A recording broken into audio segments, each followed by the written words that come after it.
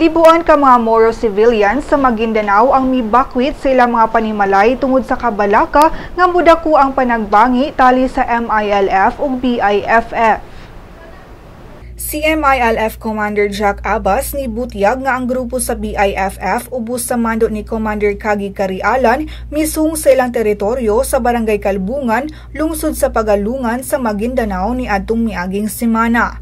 Matud niya, away sa teritoryo ang hinungdan sa ilang pinusilay nga mipatay sa usa ka MILF commander. Tungod niini ang mga residente sa Pagalungan, lakip na ang mga nagpuyo sa Pikit, North Cotabato ang midesisyong mupuyo una sa town center sukad ni atong Sabado sa gabi. Si BIFF spokesperson Abu Misri Mama ni kumpirmar nga upat ka mga MILF rebels ang napatay sa engkwentro. Si 6th Infantry Division spokesperson Joan Pitinglay niingon nga on standby ang Philippine Army apan wa nagpanginlabot sa away, apan gisigurado nila ang kaluwasan sa mga sibilyan.